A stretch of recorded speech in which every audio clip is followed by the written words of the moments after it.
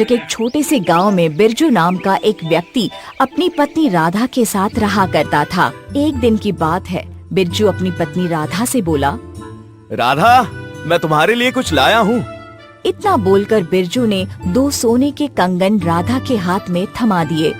ये तो बहुत कीमती कंगन है। तुम्हारे पास इतनी कीमती कंगन खरीदने के लिए धन कहाँ से आया? ये सुनकर बिरजू के चेहरे पर क्रोध झलकने लगा। राधा, मैंने तुमसे कितनी बार कहा है कि मुझसे सवाल मत किया करो। क्यों ना करूं?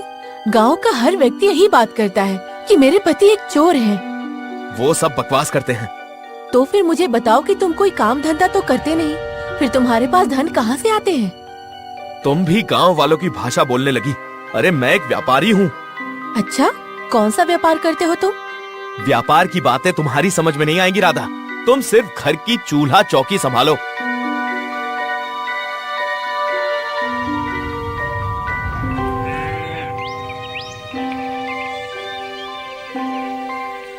इतना बोलकर बिरजू सीधा अपने दोस्त मोहन के घर पर चला गया। मोहन भी एक चोर था। बिरजू को देखकर मोहन खुश होता हुआ बोला, मुझे तुम्हारा ही इंतजार था। मोहन, मुझे लगता है कि हम दोनों को अब गांव छोड़कर किसी और गांव में रहना होगा। गांव में अब लोग हम दोनों को संदिग्ध नजरों से देख रहे हैं। अरे छोड़ो इन गांव वालों को, इनके पास तो आरोप लगाने के अलावा और कोई काम ही नहीं है। अच्छा, मेरी बात ध्यान से सुनो। मैंने सुना है कि रतनगढ़ के राजा वीर सिंह के महल के बगीचे में एक सोने की मूर्ति रखी हुई है। मोहन की बात सुनकर बिरजू की आंखें चमकने लगी। क्या तुम सच कह रहे हो?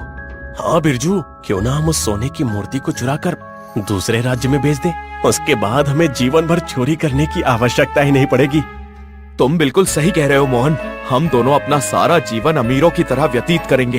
तभी बिरजू कुछ सोचते हुए मोहन की ओर देखकर बोला, लेकिन मोहन, मूर्ति महाराज के महल के बगीचे में रखी हुई है, तो जाहिर सी बात है वहाँ पर पहरा भी कड़ा होगा। मैंने सुना है कि उस मूर्ति के आसपास कोई नहीं भटकता। यहाँ तक कि राजा वीर सिंह भी कभी कभार ही उस मूर्ति को देखने के लिए जाता है। शायद वो भी यही देखने के लिए जाते होंगे कि मूर्ति किसी ने चोरी तो नहीं कर ली। लेकिन तुम चिंता मत करो मोहन, इस बार जब राजा मूर्ति देखने के लिए बगीचे में जाएंगे तो उन्हें वो मूर्ति वहाँ पर मिलेगी ही नहीं, क्योंकि तब तक हम दोनों उस मूर्ति को चुराकर दूसरे राज्य में बेच चुके होंगे। बिरजू और मोहन दोनों हंसने लगे।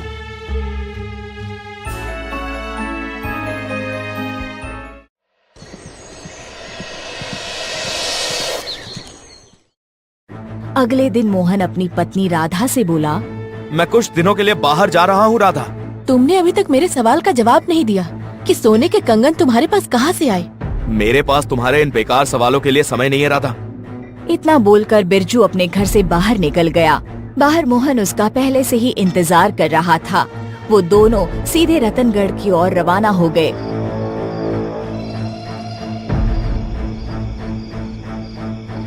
रात को वो दोनों रतनगढ़ के महल के बाहर खड़े हुए इधर उधर देख रहे थे। तभी उन दोनों की नजर महल की दीवार पर बने हुए एक छोटे से लकड़ी के टूटे हुए दरवाजे पर पड़ी। बिरजू आश्चर्य से मोहन की ओर देखकर बोला, मोहन, बड़ी अजीब बात है। महल की दीवार पर ये छोटा सा लकड़ी का दरवाजा क्यों बना हुआ है, और वो भी टूटा हुआ है? लगता है यहाँ का राजा वीर सिंह एक नंबर का मूर्ख है। इसने तो हम दोनों चोरों को महल के अंदर घुसने का बड़ा आसान रास्ता दे दिया। अब ज्यादा सोचो मत, अभी आसपास कोई नहीं है। चलो इसी टूटे दरवाजे के जरिए हम दोनों महल के अंदर प्रवेश कर जाते हैं। मोहन की बात सुनकर बिरजू मुस्कुराने लगा। कुछ ही देर में वो दोनों उस दरवाजे के अंदर घुस गए। दरवाजे के अंदर घुसते ही उनकी आंखें आश्चर्य से फटी की फटी रह गई।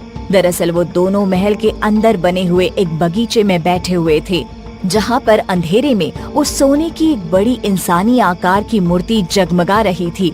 बिरजू आश्चर्य से मोहन की ओर देखकर बोला, मोहन, ये टूटा हुआ दरवाजा तो महल के बगीचे की तरफ ही खुलता है। मुझे तो कुछ गड़बड़ लग रही है। कैसी गड़बड़?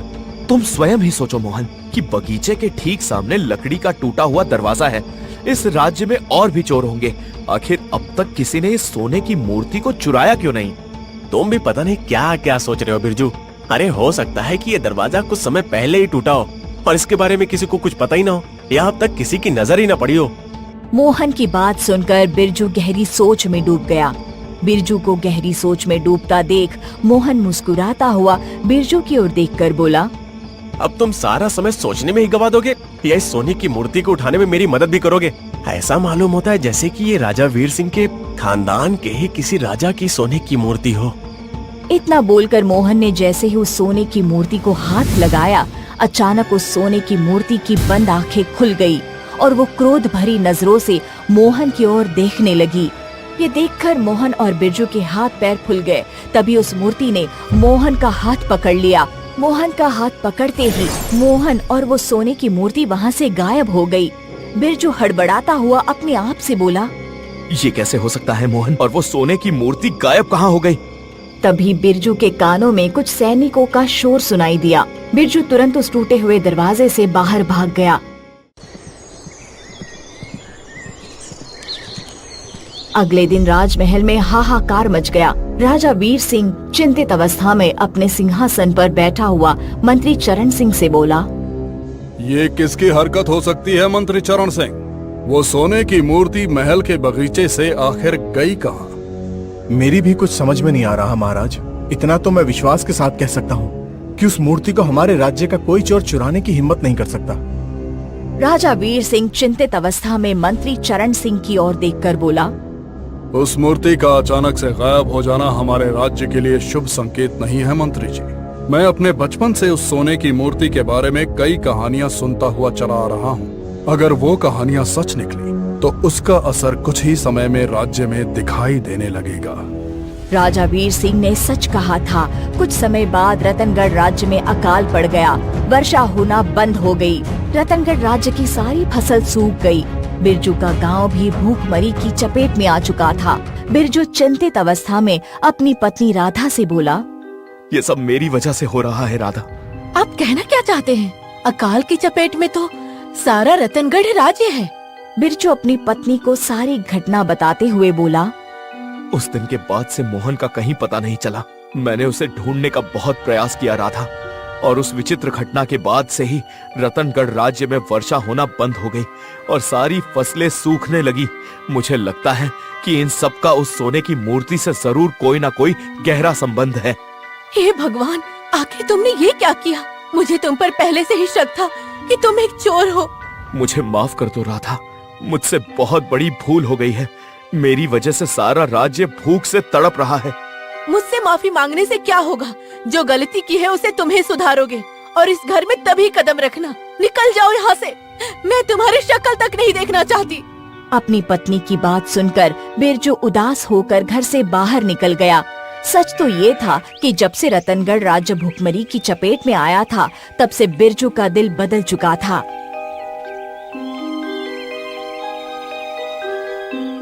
बिरजू उदास होकर एक घने पेड़ के नीचे गहरी सोच में गुम था कि तभी एक साधु की आवाज उसके कानों में टकरा गई।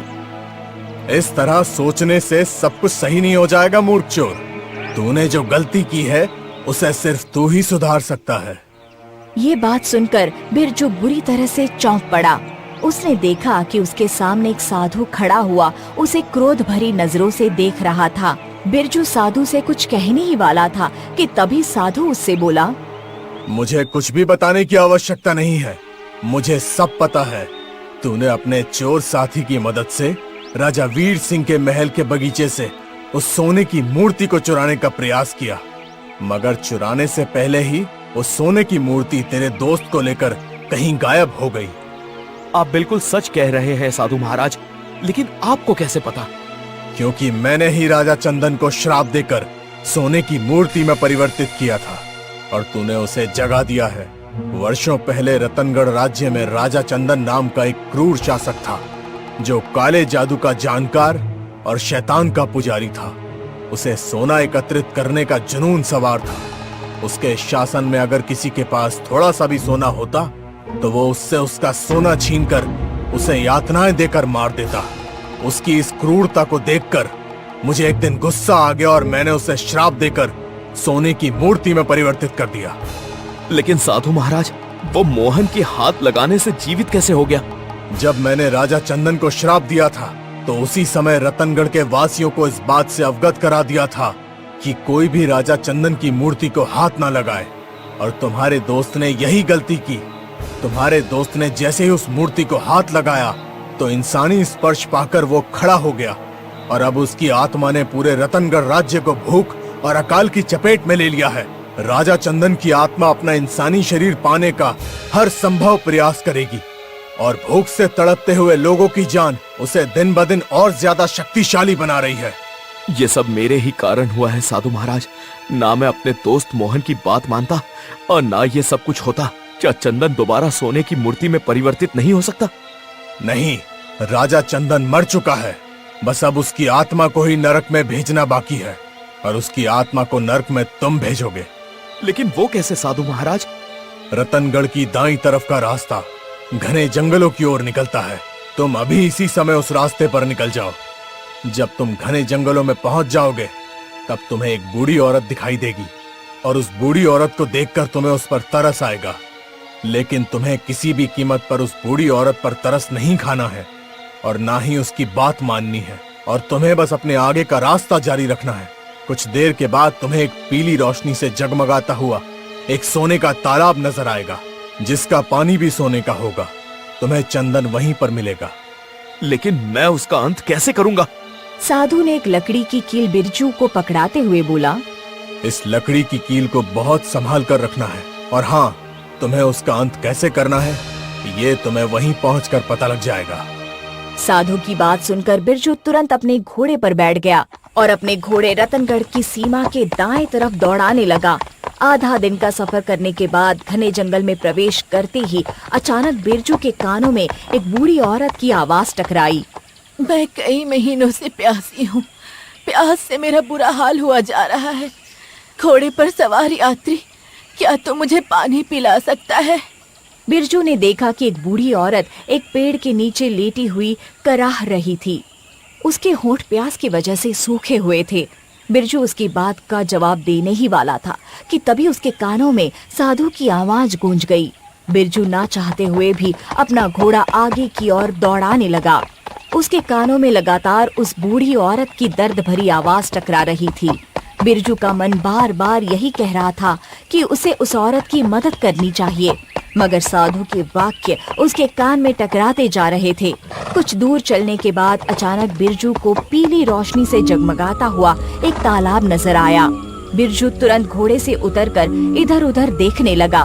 तभी उसकी नजरें अपने झाड़ियों में पड़े हुए अपने बेहोश दोस्त मोहन पर पड़ी। बिरजू अपने दोस्त मोहन के पास जाने ही वाला था कि तभी तालाब में उथल पुथल होने लगी। अचानक तालाब के अंदर से वही सोने की मूर्ति बाहर निकल कर आ गई, जिसका आधा धड़ इंसानों जैसा था और आधा धड़ सोने का था। वो कोई और नहीं बल्कि श्रापित राजा चंदन था, जो बिरजू की ओर देखकर क्रोधित अवस्था में बोला, तूने यहाँ आकर बहुत बड़ी गलती की है मूर्ख चोर। तुझे क्या लगता है कि उस साधु की मदद से तू मेरी आत्मा को नरक में भेजने में कामयाब हो जाएगा? बिरजू आश्चर्य से चंदन की ओर देखकर बोला, तुम्हें इस बारे में कैसे पता? क्या तुझे उस साधु ने नहीं बताया कि मैं काली शक्तियों के मालिक शैतान का पुजारी था? इतना बोलकर श्रापित चंदन तालाब से बाहर निकल कर आ गया। तभी उस बूढ़ी औरत की आवाज पीछे से बिरजू के कानों में टकराई, मुझे थोड़ा सा पानी पिला दो बेटा। बिरजू ने जैसे ही पलट कर देखा तो वो बूढ़ी औरत जमीन पर घिसट घिसट कर चल रही थी। अचानक वो बूढ़ी औरत बड़ी फुर्ती से उठकर खड़ी हो गई और उसकी आंखें रक्त जैसी लाल हो गई और उसके दांत अजीब से बड़े और पैने हो गए। तभी चंदन के कानों में इस साधु की आवाज टकराई, तुम्हें मैंने जो लकड़ी की कील दी है उस कील को तुरंत इस बूढ़ी औरत के सीने में गाड़ दो, नहीं तो तुम्हारा अंत निश्चित है। बिरजू ने बगैर देरी किए लकड़ी की कील निकालकर उस बूढ़ी औरत के सीने में गाड़ दी। उस बूढ़ी औरत की चीख की आवाज जंगल में गूंज गई। अगले ही पल वो बूढ़ी औरत और श्रापित चंदन गायब हो गया और सोने का तालाब पानी के तालाब में परिवर्तित हो गया। बिरजू इस विचित्र दृश्य को देख ही रहा था कि तभी उसके कंधे पर पीछे से किसी ने हाथ रखा। बिरजू ने जैसे ही पलटकर देखा तो पीछे साधु खड़े हुए मुस्कुरा रहे थे। तुम वाकई बहुत ही बहादुर हो बिरजू, तुम्हारे दिल में वाकई इंसानियत जाग उठी है। आपने मुझे इस रहस्य के बारे में पहले क्यों नहीं बताया? और इस बूढ़ी औरत का राजा चंदन से क्या रिश्ता था? ये बूढ़ी औरत राजा चंदन की माँ थी, जो वर्षों पहले अपनी आत्मा शैतान को बेच चुकी थी। इसी वजह से वो आज तक जिंदा थी। उसका अंत इसी अभिमंत्रित कील के द्वारा किया जा सकता था। अगर मैं तुम्हें पहले बता देता तो वो बूढ़ी औरत तुम्हारे चेहरे पर पढ़ लेती कि तुम्हारे पास उसके अंत का सामान है। जब तुम्हारे दोस्त ने राजा चंदन के सोने की मूर्ति को हाथ लगाया तो वो सोने की मूर्ति जीवित हो गई। मैं जानता था कि राजा चंदन दोबारा जीवित होकर अपनी शक्तियां पाने के लिए अपनी माँ के पास ही जाएगा। अगर ऐसी बात है तो जब आपने राजा चंदन को श्राप दिया था तो राजा चंदन की माँ ने बदला लेने की क्यों नहीं सोची? क्योंकि मैंने रतनगढ़ राज्य की सीमाओं को मंत्रों के दायरे से बांध दिया था। चंदन की माँ चाहते हुए भी रतनगढ़ की सीमा में प्रवेश नहीं कर सकती थी। मगर अब सब कुछ सही हो चुका है। अब मेरे जाने का समय आ चुका है। मैं कुछ समझा नहीं। साधु रहस्यमयी अंदाज में बिरजू की ओर देखकर बोले, कुछ बातें साधारण मानव से परे होती हैं। इतना बोलकर साधु वहाँ से गायब हो गए। साधु के गायब होते ही मोहन को होश आ गया। बिरजू मोहन को लेकर गांव आ गया। रतनगढ़ राज्य में अब सब कुछ सही हो चुका था। बिरजू अब सुधर चुका था।